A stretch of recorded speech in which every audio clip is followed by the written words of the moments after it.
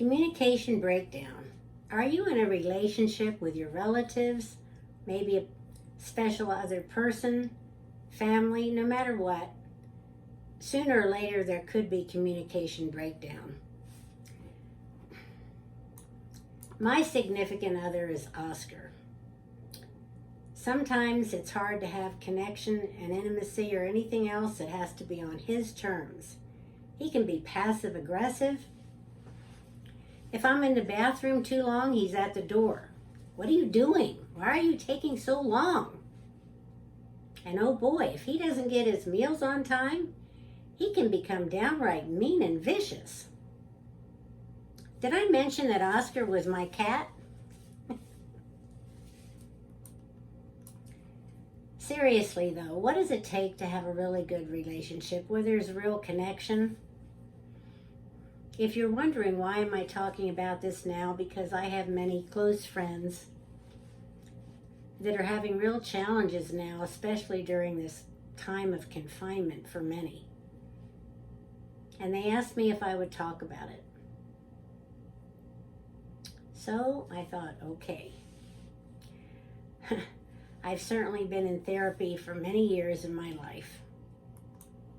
And after that, trials and errors in my own marriage, classes, seminars, and doing research online, I found there are really three main points to having and maintaining a healthy relationship. I'm going to give examples, but instead of using my real friends, I'm going to make up the names Felix and Mabel and give examples. The 3 points are becoming aware that communication has broken down. If I've told you once, I've told you 1,000 times, Felix. Well, if it was important, honey, I'd remember. Become aware that emotions are running high. You never listen to anything I say. I listen to you all the time, and nothing you say makes sense, Mabel. Return to your heart center with faith and courage to connect, not from your head, with all of its limiting beliefs, thoughts, judgments. I'm sorry. I love you. Please forgive me. I'm sorry. I love you. Please forgive me. Let's start with communication has broken down. Sometimes we don't even realize. We're uncomfortable with the put-downs. Denial is a powerful feeling. Old habits are hard to overcome. Usually it's not even obvious. We just keep talking louder and louder and yelling.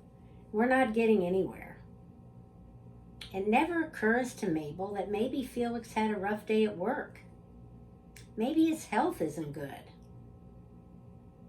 For all she knows, maybe he got in a car accident that very day.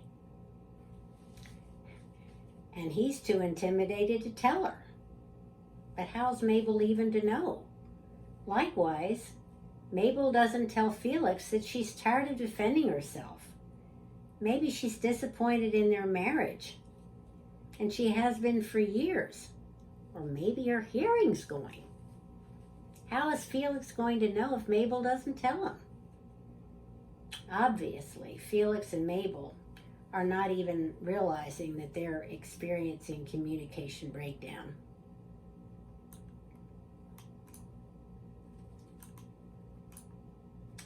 They don't even realize what their partner might be thinking, feeling, or experiencing.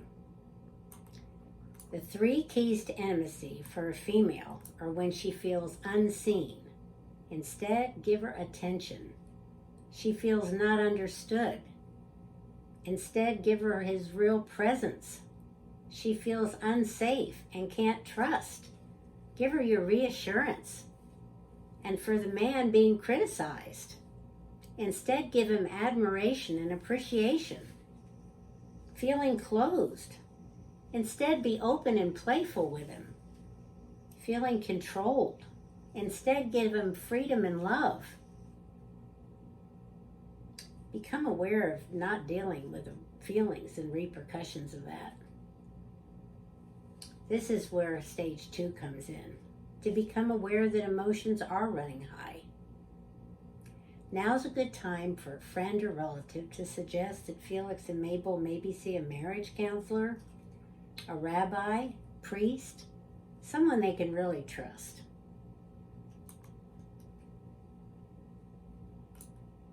Sometimes all it takes is for a couple to clear the air, but many times it takes insight, faith, and courage to do that. It's their responsibility to try to identify the emotions and how empathy, understanding, and compassion are being blocked. The signs of communication breakdown per Dr. DeAngelis, a relationship consultant, lecturer, and author, are the 4 R's. Resistance. Is there loss of attraction? You own your own resistance. Honey, it's not about you, Mabel. I have triggers about you, and it's my responsibility to clear them up. Triggers are emotions that cause you to be super reactive to your partner's behavior and comments. Resentment. You feel frustrated and irritated. This is when you've placed negative emotions, thoughts, and feelings on your partner. You've started stacking all this negativity about them, one thing on top of another.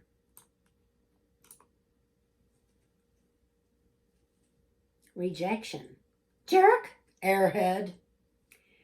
These negative judgments about each other are very hurtful. They make you feel angry and frustrated. You never listen to anything I say. I listen to you all the time and nothing you say makes sense. When you don't deal with this resentment, you snap at each other, you become unreasonable, you're angry. Felix just left. Mabel's checking on airline reservations to get away from him and the situation. It's fight or flight. This and other forms of rejection, now it turns into repression, where you stuff your feelings. This is the couple you see out to dinner. They're not even talking to each other. They're both on their phones. There's no conversation. There's no energy at all between them. And then you see them leave together. The most important thing in communication is hearing what isn't said. Peter Drucker. Does this sound like you and your partner? Instead of these negative thoughts and feelings and actions, how would Felix and Mabel return to the place where they were once in love? Communication breakdown. Moving forward, the how-tos. Return to your heart center with courage and faith to connect, not from your head. Take 100% responsibility for your relationship, because then you're not in effect anymore. Begin by addressing your triggers. Put your partner first. Listen. Be vulnerable. No blame game. With the intent to be positive. Use your words carefully. Come from a place of love, praise, and appreciation. You know what? You need to forgive you and them. And for every one negative, like rolling your eyes, there needs to be 5 positives. Per Dr. Gottman, the magic relationship ratio according to science. Let's look back in on Felix and Mabel after they've done the work to improve their relationship using all the tools that they've learned to have. Now instead, Felix says, I'm sorry. I love you. Please forgive me. I'm sorry. I love you. Please forgive me. They keep saying this to one another. They take turns. First one says it a number of times and then the other. Now Felix says, Mabel, what I heard you say is you're not feeling understood. And you want me to focus on you and what's important to you. Is that right?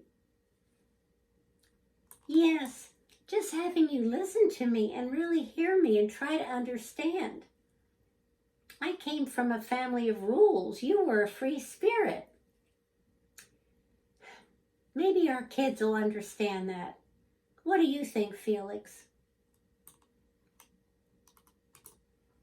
Understanding is in bloom now by sharing awareness of cause and effect, discernment with compassion. Now Felix instead says, I hear you. I appreciate you. That was not my intent to blame you and judge you. How can I make it better? I'm sorry. I love you. Please forgive me. That's an example of compassion. Willingness to relieve the suffering of another. These three concepts are critical before there's likely to be any progress. To review the points, number 1, become aware that communication has broken down. Become aware that emotions are running high. Return to your heart center with courage, faith, to connect, not from your head. Until this starts happening, there's likely not to be any progress. Marriage is not a noun, it's a verb. It isn't something you get, it's something you do. It's the way you love your partner every day. Dr. DeAngelis. And if I can read my cat correctly, even Oscar agrees.